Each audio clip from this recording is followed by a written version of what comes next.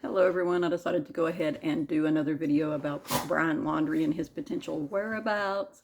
I don't know what time anyone's getting home. I'm not doing this live, I'm doing it on my mobile device. I haven't looked into it this morning, but there was a gentleman yesterday who had called the FBI and 911 and apparently had to leave messages for both of them. I thought leaving the message for 911 was very odd. But anyway, he was pretty sure that he had run into Brian Laundrie and had a conversation with him near the North Carolina-Tennessee border along the Appalachian Trail. Now, the gentleman said that the guy who is almost certain is Brian Laundrie. Well, he goes from saying he's almost certain to saying he's certain. But anyway, he said that this person was driving a white or light colored, what appeared to be, I'm going to take my glasses off. Anyway, what appeared to be a Ford F-150. And I'm going, I mean, did it appear to be a Ford F-150 or was it a Ford F-150? And it was dark out. The person was in a vehicle, pulled up alongside of him and asked him if he knew how he would get to California from there. And the guy was like, say, what? You know, what's going on? And he thought the guy seemed to be delirious and severely nervous. And did not realize at the time at all that he would be Brian Laundrie. I believe it was stated that he had a black bandana on his, like around his head. But the gentleman said that him and his girlfriend had gotten into a fight. She called him, said she's in California. She wants to she needs to see him, needs to talk to him. She wants to make up for the fight that they had. Now, you know, bear in mind, this person could not be Brian Laundrie. It might be. And it got me to thinking, you know, sometimes when people get super mad, they have blackouts. So maybe they had a fight and he blacked out and doesn't remember what happened and does not even remember that she is dead. Or perhaps he has not had any sleep whatsoever and is running low on nutrients. Of course, I'm like, where did the pickup come from? You can pay cash for a pickup for a vehicle pretty much anywhere. And I suppose there are people that do not know that he's being looked for at all. So possibly, you know, he's part of that $1,000 to buy the vehicle once he was on the run. Or perhaps he just found it somewhere and someone left it at a campsite with the keys in it because they're like, there's not hardly anyone else around and who's going to take my pickup? Or something. It's hard to say. But so he wanted to know how he would get to California. And the guy was like, well, I-40's right there, which is a main highway that runs pretty much all the way across the U.S. Actually, might run all the way across the U.S. I was trying to figure out which other roads are in that general area.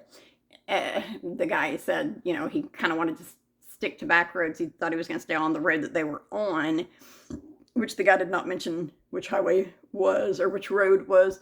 I did to get directions from that general area to my area and put toll roads off and highways off, and yet what it told me to take was Highway 11 and Highway 321. And I'm like, I mean, those are still highways. You know, they're still highways. But looking at the area and the guy saying that Highway 40 is like right there gives me the opinion that they were somewhere close to Asheville, not Nashville, Asheville, which is in North Carolina. And it would have been probably Highway 11 that he would have been referring to. And it splits and becomes, you know, several different roads between there and where I live. And I was looking at it at one point going, oh my gosh, he's going to drive through where I live if he goes that way. And then I'm like, oh, duh, I did it to where I live. I didn't do it to California. But anyway, so if this person is him, I think that he will probably get stopped by some cop and he will be captured before too long, like maybe 2-3 days tops at this point, unless he gets a good water supply, some really good sleep, and some good protein into his system. You know, that's just my opinion. It seems like, you know, if he's that delirious and disoriented about stuff, then he's not going to be able to run much longer. Something I guess that people took into something that people did not take into consideration, I guess, when they were like, he's a survivalist. He survived out on his own in the woods for a long time before, for like several months, like, well, a few months at least, was the fact that he has the added stress of returning home without Gabby, possibly knowing exactly what happened to her and, very possibly what he did to her. He has all of that stress on top of just trying to survive out there. Plus, he didn't have a lot of time to prepare for trying to survive out there, if that makes sense. So, yeah, I feel like he's definitely breaking, and he will most likely be caught within 2 to 3 days. I haven't checked the news yet today. I almost said this morning. I just got up not too long ago. It's almost 1 p.m. where I live, and I just got up it's probably been about an hour ago now.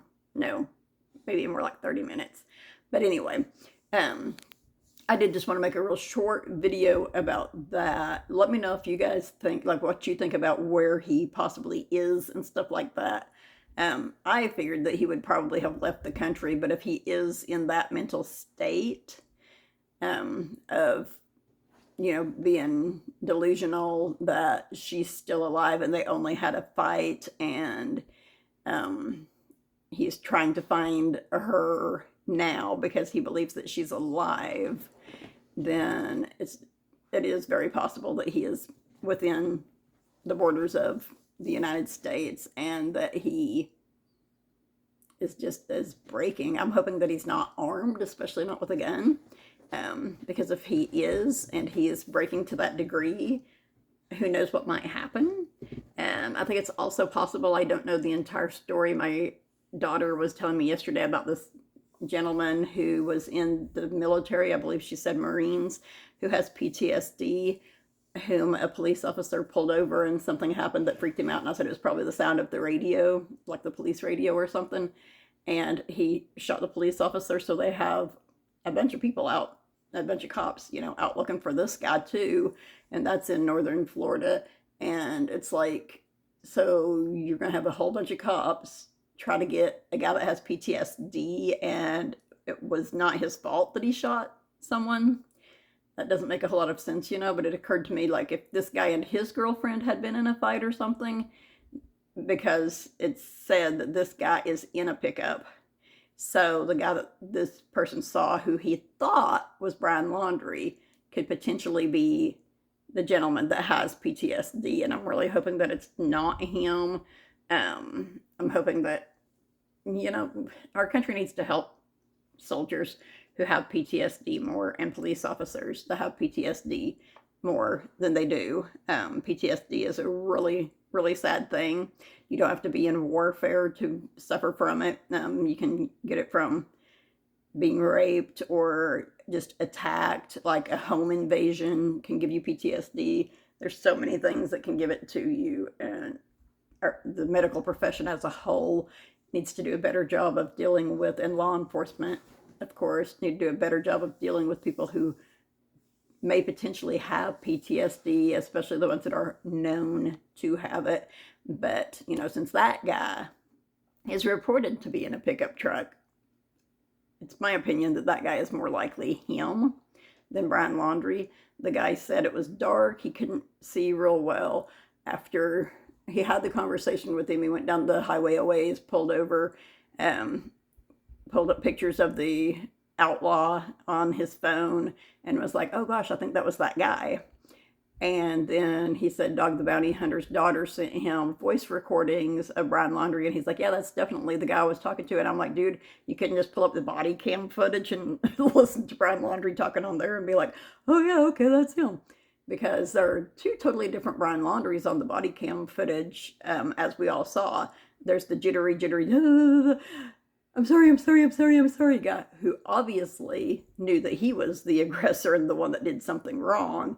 And then how quickly did that change when one of the officers says, are you on something? Did you take something? Have you been drinking? Why do you seem so nervous? And he was like, oh, I mean, the lights came on behind me and we're getting stopped, and his demeanor just totally, completely changed. And the way he was talking completely changed. So it's like there's two different ways that he can sound, but both of those are in that body cam footage, so the guy should have been able to watch it, is what I'm saying, and be like, yeah, that was him, or no, that wasn't him. You know what I mean? I don't know for sure what audio of his voice Dog the Bounty Hunter's daughter was using. I'm supposing it was probably something from that, but this guy should have been able to find that on his own. But anyway, I'm going to go for now. Just wanted to make a quick video about that. Let me know where you guys think that Brian Laundrie might be. If you think that this guy is Brian Laundrie, or if he's the former Marine that has PTSD instead. And comment, let me know like when you think that Brian Laundrie may be caught or might turn himself in. I really hope that he turns himself in, but I don't see that happening, especially if that was him and his mind is at that point. But anyway, I'm going to go ahead and go. Everyone have a great, whatever time of night or day it is in your part of the world. Stay safe and stay positive.